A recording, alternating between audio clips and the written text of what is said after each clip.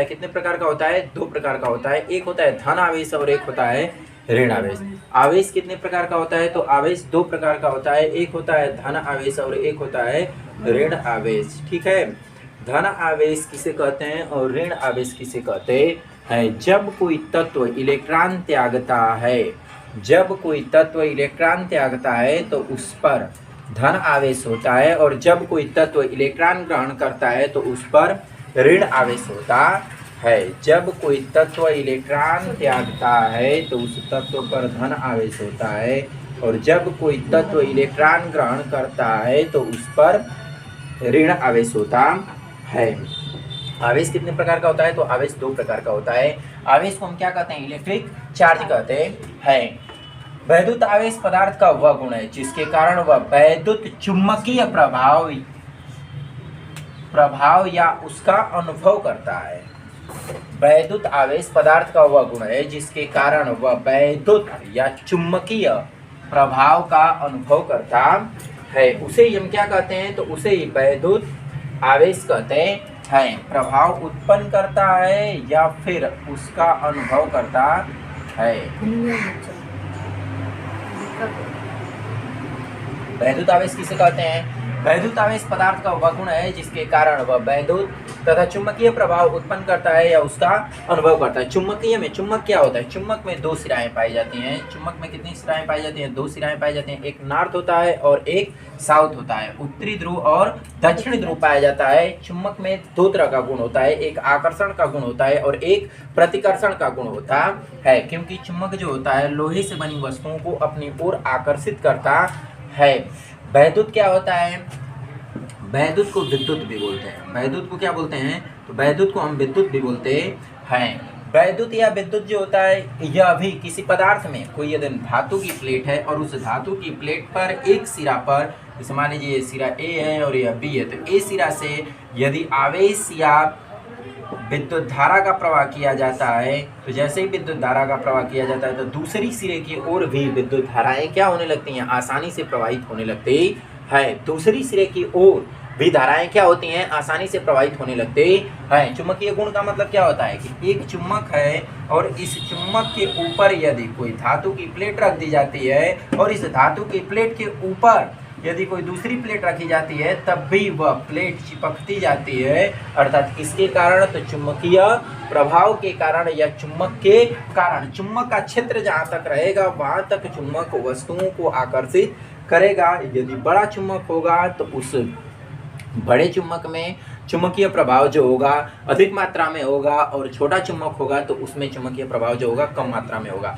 बड़ा चुंबक है तो चुंबकीय क्षेत्र का मान जो होगा अधिक होगा, और छोटा चुंबक जो है तो उसका चुंबकीय क्षेत्र का मान क्या होगा? कम होगा। जैसे हम लोग घरों में जो बिजली यूज करते हैं 440 वोल्ट, अगर फेस टू फेस आ रहा है तो वह कितना है? 440 वोल्ट है। और हम लोग जो बत्ती जलाने के लिए, टीवी देखने के लिए, फ्रिज, घरों के उपकरणों के लिए यूज करते हैं जो, उसमें 220 वोल्ट आता है, क्योंकि एक फेस होता है और एक क्या होता है?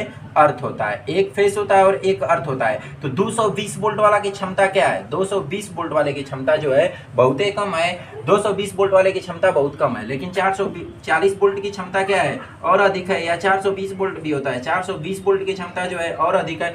लेकिन इसी तरह से 11,000 वोल्टेज आता है। 11,000 वोल्टेज की क्षमता जो होती है ना बहुत ही अधिक होती है।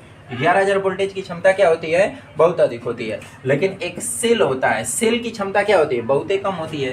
220 वोल्ट है, इसको मुंह में डाल के चेक करेंगे? नहीं। 440 वोल्ट है, इसको मुंह में डाल के चेक करेंगे? नहीं। 11,000 वोल्टेज है, इसको मुंह में डाल करके चेक करेंगे विद्युत धारा आ रही है कि नहीं? इसको नहीं। लेकिन जो छोटा सा सेल होता है ना, सेल को मुंह में डाल करके चेक कर लेते हैं सब, इसमें करंट आ रहा है कि नहीं आ रहा है। ठीक है, तो देखिए आवेश का मात्रक क्या होता है? आवेश का मात्रक कूलाम होता है। आवेश का मात्रक क्या होता है? तो आवेश का मात्रक कूलाम होता है। आवेश को किससे प्रदर्शित करते हैं? तो आवेश को Q से प्रदर्शित करते हैं। आवेश का मात्रक जो होता है, आवेश का मात्रक कूलाम होता है। आवेश का मात्रक आपका क्या होता है? कूलाम होता है। आवेश को किससे प्रदर्शित करते हैं? तो आवेश को स्मॉल q से प्रदर्शित करते हैं। आवेश बराबर एक फॉर्मूला होता है।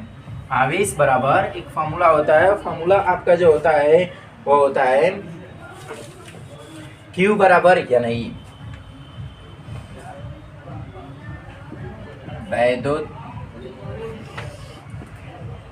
आवेश को स्मॉल q से प्रदर्शित करते हैं। वैद्युत आवेश को किसे प्रदर्शित करते हैं? तो वैद्युत आवेश को स्मॉल q से प्रदर्शित करते हैं।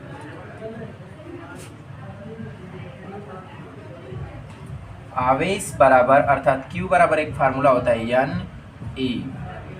q बराबर एक फार्मूला होता है। q बराबर फार्मूला क्या होता है? n नहीं होता है। n जो है पदार्थ में इलेक्ट्रॉनों की संख्या है, e जो है इलेक्ट्रॉन पर आवेश है। जहां स्मॉल n बराबर पदार्थ में